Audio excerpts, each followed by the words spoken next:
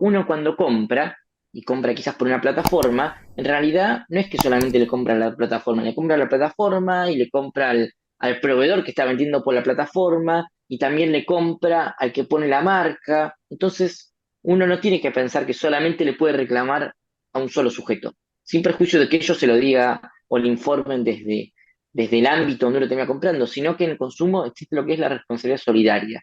Yo le puedo reclamar por el daño en una relación de consumo a todos los que participan en la cadena de producción, ¿sí? De lo que sería el bien. Esto es, La Inquietud con Garrett Edwards. El lugar donde hay más preguntas que certezas.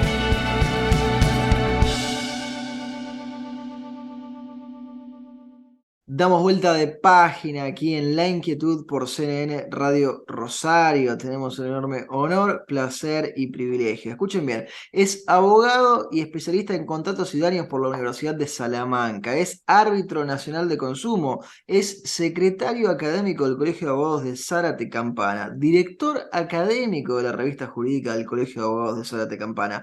Es profesor de civil y contratos de la carrera de abogacía en la UBA, la Universidad de Buenos Aires. Es el doctor Juan Ignacio Cruz Materi. Juan Ignacio, ¿cómo estás? Garra te saluda.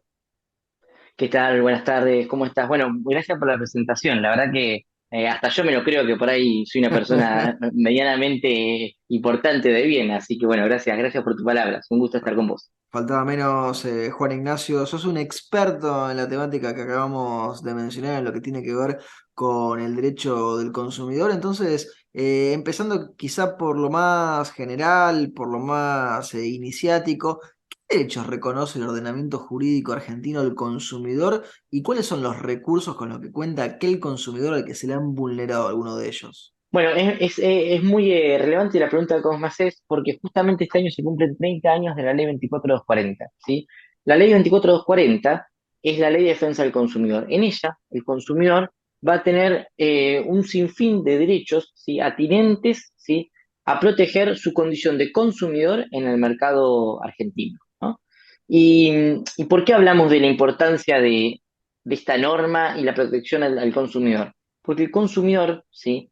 eh, consumir somos todos, personas ricas, pobres, hombres, mujeres, no distingue sexo, no distingue género, no distingue patrimonio, todos somos consumidores, desde las personas que uno crea que piense que son muy importantes en nuestro país hasta las menos, todos los ciudadanos hoy por hoy somos consumidores, ¿sí?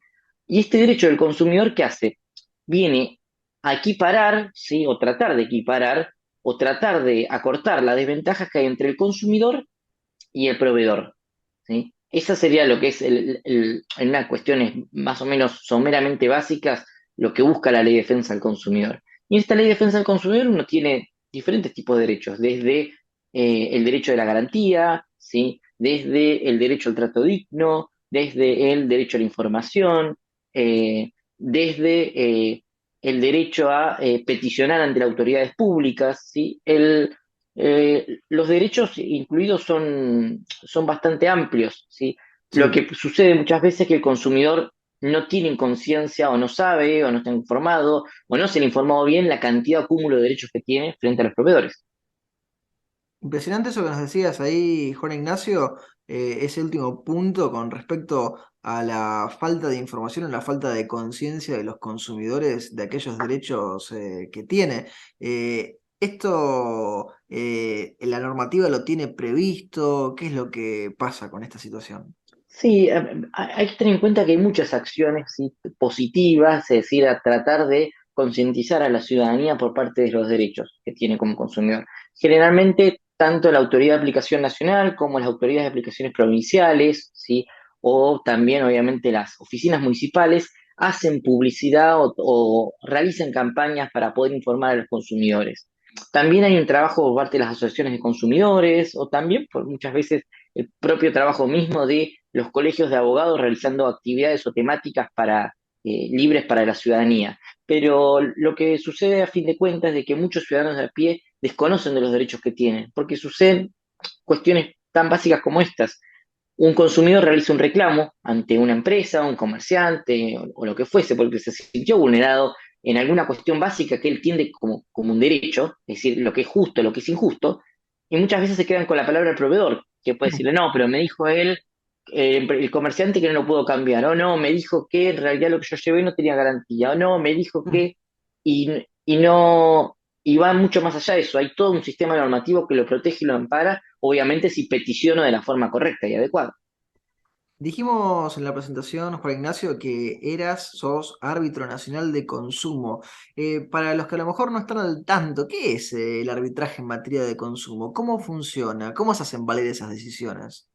Sí, bueno, hay algo que me sucede muchas veces, cuando a veces me presento, ya sea en un círculo social o una cuestión por ahí más socialmente más relajada, y uno comenta, sí, soy árbitro, la gente automáticamente piensa, árbitro de fútbol, ¿no? Pero no, no soy árbitro de fútbol, sí, no corro tanto como un árbitro, pero sí corro de otra manera, que es decir, tratando de llegar a buen puerto el conflicto del consumidor. ¿Y cuál es el trabajo de un árbitro? El árbitro, a diferencia de quizás un mediador, un conciliador, el mediador o el conciliador, ¿qué trata? Trata que las partes se pongan de acuerdo y en caso de no llegar a un acuerdo, bueno, cada uno podrá optar por continuar la vía judicial, es decir, iniciar el juicio. Bien. En cambio, que el árbitro, ¿qué hace?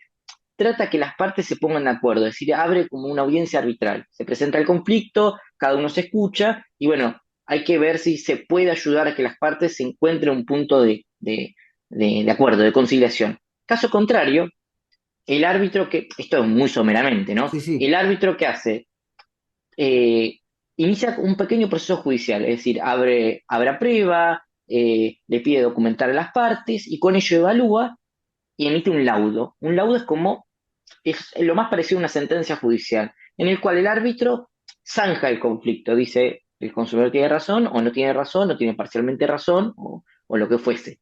Lo bueno del arbitraje, que el consumidor en un plazo breve tiene una frontera de cumplimiento, ¿sí? A la petición que realiza, a su pretensión, es decir, no sé, devolución de dinero, o me devuelven o no me lo devuelven, pero encuentra, sí, lo que sería el final a su reclamo. Y es bastante interesante, ¿no? Porque uno a veces tarda mucho en que alguien le dé o no le dé lo que le corresponde, y esto es una forma, sí, bastante rápida, bastante efectiva ¿no? De dar un cierre a ese derecho que solicitó el consumidor. Imagino, Juan Ignacio, que como árbitro nacional de consumo y como experto en derecho del consumidor, debes a diario lidiar con un montón de problemáticas que a lo mejor a muchos de los que nos están escuchando o viendo les han sucedido o les están sucediendo. Te voy tocando algunas en particular Hmm. para que nos des tu opinión profesional. Por caso, por la situación económica del país, ¿no? Y las recurrentes problemáticas que tenemos cada tanto en primera plana los planes de ahorro para la compra de vehículos automotores. ¿Hay instrumentos jurídicos que se pueden utilizar, por ejemplo, cuando suben extraordinariamente los precios de las cuotas, cuando demoran Sí. las entregas de los vehículos, cuando se renegocian los contratos? Sí, no, el plan de contrato de autoahorro, sí, es hoy por hoy un plan, es un contrato que tiene una alta litigiosidad, es decir, que hay desacuerdos entre las partes y obviamente que lo someten a la deliberación de la justicia. La problemática usual que uno ve en el día a día, ¿cuál es? La falta de entrega del rodado, es decir, la falta de entrega del auto, ¿no? Que uno suscribió en ese plan, el aumento el aumento de las cuotas, ¿sí? Y a veces también la mora del consumidor, es decir, una persona no puede llegar a pagar la cuota y cae en mora. Frente a ello nace un gran interrogante en el consumidor, es decir, ¿qué hacer?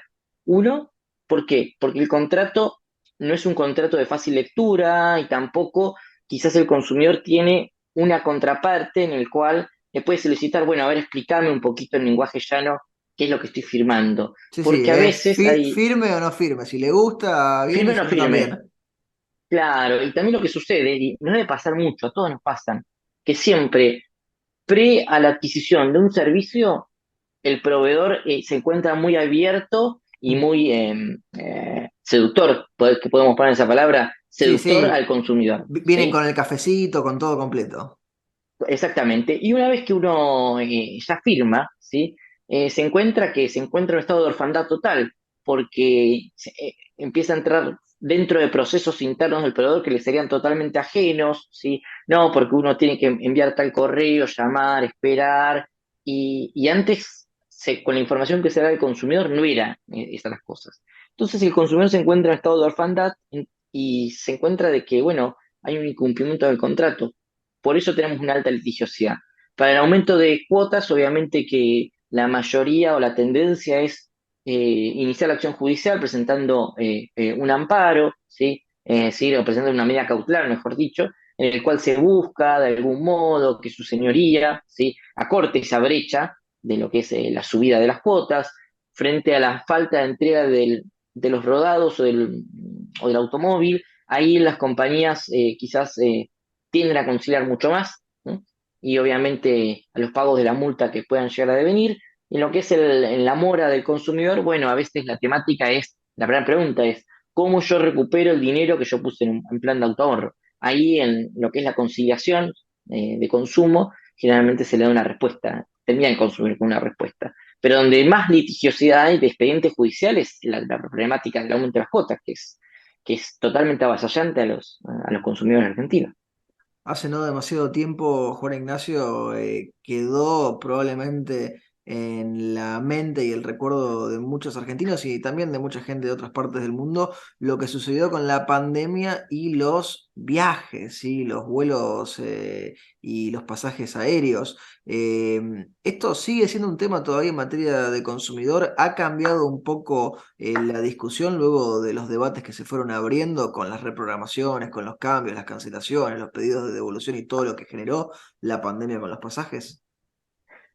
La verdad que tuvimos un año marcado a fuego por la pandemia y el mundo jurídico no es exento, porque en lo que fue pasajes aéreos, ¿sí? Pasajes, paquetes, todo ese universo, ha sido duramente golpeado. Obviamente todos vivimos en el mismo país, entendemos que el sector turístico argentino sufrió mucho la pandemia, sin perjuicio de ello también sufrió mucho el consumidor. ¿Por qué?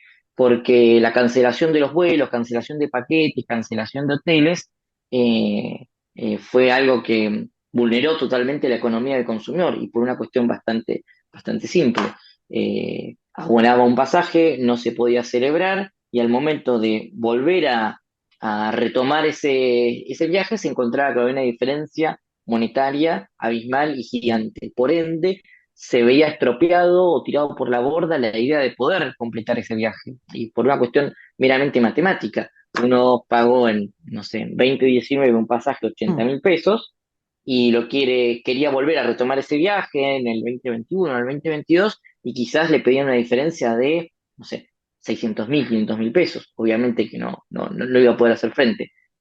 Por eso, sí, en esta temática fue un boom en lo que fue la pandemia, tanto en mediaciones, conciliaciones, como expedientes judiciales. Hoy por hoy, en los juzgados, sí, hay mucho de ello, pero en lo que es la práctica del día a día ya no hay tanto de falta de cumplimiento de los contratos de vuelo, falta de la prestación del servicio.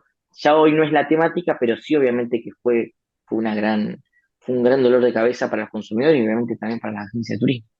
Me voy conectando con otro tema, con otro ejemplo de tantas temáticas, Juan Ignacio, que hay vinculadas con el derecho del consumidor, porque la Argentina, si bien tardó un tiempo en acostumbrarse a las compras realizadas de manera virtual, se ha ido acostumbrando en los últimos años, ¿no? No hace falta que digamos ninguna de las plataformas, vos podés mencionarlas después si querés, pero son plataformas que en general ofertan servicios o bienes que fabrican o comercializan otros sujetos.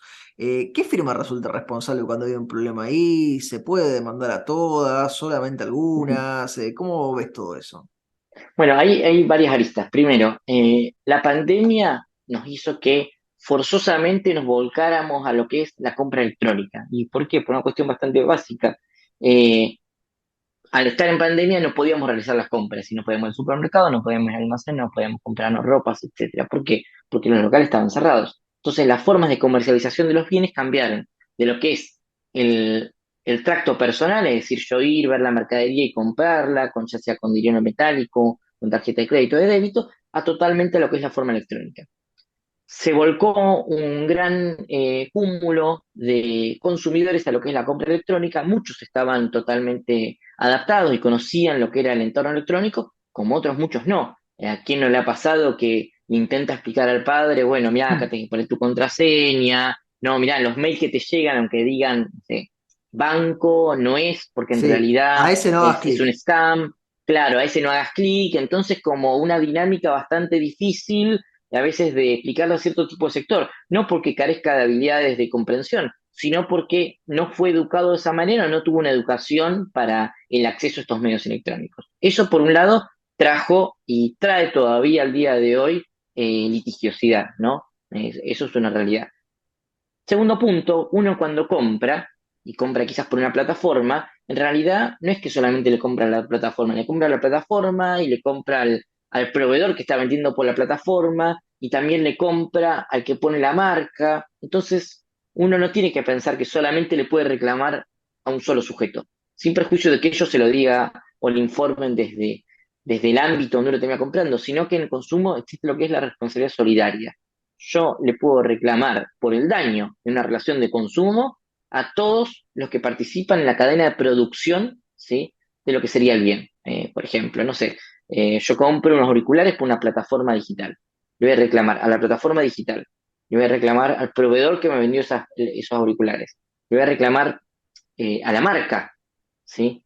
Y le voy a reclamar también, supongamos que utilicé para pagar alguna tarjeta de débito, de crédito, le voy a también reclamar, si fuese necesario, a la procesadora de pagos. Entonces, fíjense cómo ahí vemos que el universo se agranda y no es lo mismo que yo le reclame a un solo individuo a que yo le reclame a cinco o seis. ¿Por qué? Porque veo que sería más factible o posible que se cumpla mi pretensión.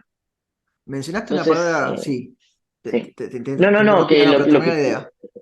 no, no, lo que yo quería cerrar es que el consumidor tiene que comprender de que no, nunca es nunca el problema es tan sencillo de decir, bueno, le compré a tal, entonces solamente le puedo reclamar a él, sino que es mucho más amplio. Así que siempre obviamente conviene una lectura de normas, sino obviamente asesorarse con el abogado de confianza, acercarse a los colegios de abogados, que dan un patrocinio jurídico a veces gratuito, o hay instituciones de consumo, sino una asociación de consumidores también. Decía que mencionabas una palabra mágica, ¿no? La de daño. Ujú. Y hay una categoría que ha aparecido hace algún tiempo y que empieza a hacer ruido no solamente en el mundo jurídico, sino también en la cotidianidad de la gente. El daño punitivo, ¿sí? ¿Qué es esto del daño punitivo, Juan Ignacio? Bueno, el daño punitivo es una sanción ejemplificadora contra un proveedor que contraviene la norma, es decir, que vulnera la norma. ¿Cómo sería esto para explicarlo? Vamos a un caso bastante sencillo, ¿sí? Eh, Vieron que ya no pasa tanto, ¿no? Pero hace unos años, años atrás, uno quizás iba a un supermercado grande y ya sea por una cuestión de costumbre, de práctica o escasez, que le decía, mira, te tengo que dar, no sé, un peso devuelto, pero monedas no tengo. Mm. Así que no te lo doy, o te doy caramelos, o me volveré la semana que viene que vas a tener el peso, ¿no? Entonces uno que veía que no lo hacía con esa persona sola, no es que tiene que persona con ese consumidor, sino que lo hacía con uno, con otro, con el otro y subsiguientemente con el otro. Ahora bien, si yo reclamara de forma individual por ese pesito que a mí me falta, la acción económica sería, la acción jurídica sería antieconómica, ¿no? Porque el costo de litigar o el costo el esfuerzo por reclamar por ese peso no sería viable. Para ello existe el daño punitivo, es decir, que tu contravención, por más pequeña que sea, pero que afecta a todos los consumidores y que es algo que vos lo realizás eh, de forma, una práctica habitual en tus relaciones comerciales, amerita lo que sería el daño punitivo. Entonces se pone una sanción de tipo ejemplificadora. Por ello, el daño punitivo es alto. Hoy por hoy, el monto obviamente que se aumentó, antes rondaba los 4 millones de pesos, hoy por hoy el monto es totalmente mayor. Creo que, si mal no recuerdo, usted llega a los 230 o 250 millones de pesos. Entonces ahí es diferente, ¿no? Es muy similar a un instituto que se utiliza en otros tipos de países o en otro tipo de sistemas jurídicos, ¿no? La sanción ejemplificadora, para que uno repiense lo que el costo que involucra trasgredir el orden público, que es la norma de defensa del consumidor. Hacemos la antepenúltima pregunta de esta Sí. entrevista, Juan Ignacio. Estuvimos hablando bastante de lo que podríamos llamar derecho privado, ¿no? Pero como estábamos ¿Mm? hablando recién de la responsabilidad por daños, ¿ves algún vínculo entre la responsabilidad por daños y eventualmente quizá la responsabilidad penal, el derecho penal? ¿Hacemos ahí una conexión entre lo privado y lo público? Bueno, es interesante, ¿no? Porque siempre la cuestión, no es por ponerme técnico, pero siempre la cuestión de la responsabilidad penal de la persona jurídica es un tema que ha dado que hablar, ¿no? En la doctrina argentina. Recuerdo de forma breve que uno de los precursores de la temática fue el doctor Baigún. Baigún en una obra habla sobre la responsabilidad penal de la persona jurídica. Yo pienso que el consumidor podría llegar obviamente, a tocar las arístidas de lo penal, porque muchas veces, ¿cuántas veces nosotros escuchamos o decimos o alguien viene y nos dice, yo he sido estafado, ¿no? Primero la gente utiliza la palabra estafa, y a veces esa estafa como tal no reúne los elementos como tal, ¿sí? De la estafa, pero muchas veces sí. Entonces tenemos una conexión entre lo que es el derecho público, el derecho privado y obviamente la acción penal. Por eso, por algo que en la práctica sí ocurre en lo que es las estafas bancarias, las estafas virtuales. Así Claro. que yo lo llamo a usted, me hago pasar por una persona que no soy, digo que soy un empleado del banco, etcétera, etcétera, y tomo datos, le termino tomando su cuenta bancaria, etcétera. Ahí sí, es el mejor ejemplo. Vamos a ver que está la acción por un lado que da la 24240, el Código Civil y Comercial, la acción privada, el derecho privado por un lado, y la acción penal por el otro, porque ha sido estafado el consumidor. Ahí tenemos un buen paralelismo y muy buena práctica. Esto ocurre hoy por hoy.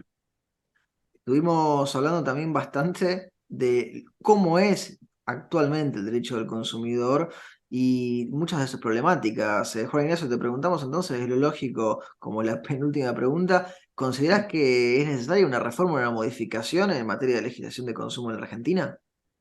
Bueno, hay varios proyectos sobre reforma o de ayornar un poco lo que es la 24240.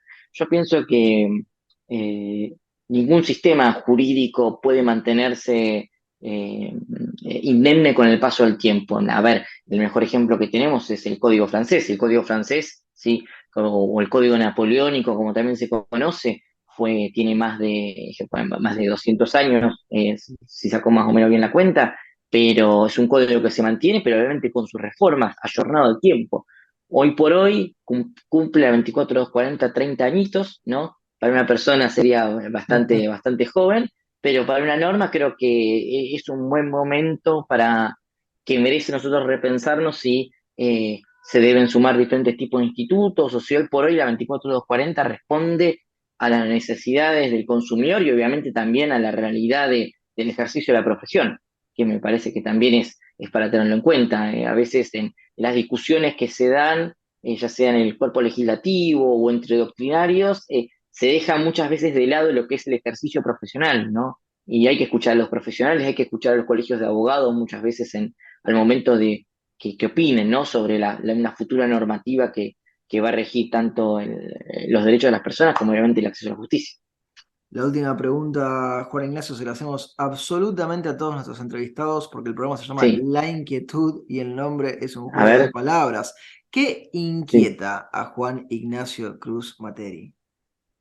¿Qué me inquieta a mí? ¡Pah! ¡Qué pregunta! El futuro. Yo pienso que algo que me inquieta es el futuro. Es eso, ¿sí? Así, sincerándome con vos, y como si fuese psicólogo, yo pienso que así automáticamente el futuro. Me inquieta el futuro. Es eso. Juan Ignacio, te agradecemos muchísimo el tiempo que te has tomado para charlar con nosotros y con nuestra audiencia. Te mandamos un fuerte abrazo. No, gracias a ustedes y bueno, obviamente un gran saludo a todos los oyentes y que espero que les sea más de mucha utilidad esta entrevista. Muchas Así, gracias y buenas tardes. así será seguramente. Lo teníamos a Juan Ignacio Cruz Materi aquí en La Inquietud por CNN Radio Rosario. Esto fue La Inquietud con Garrett Edwards.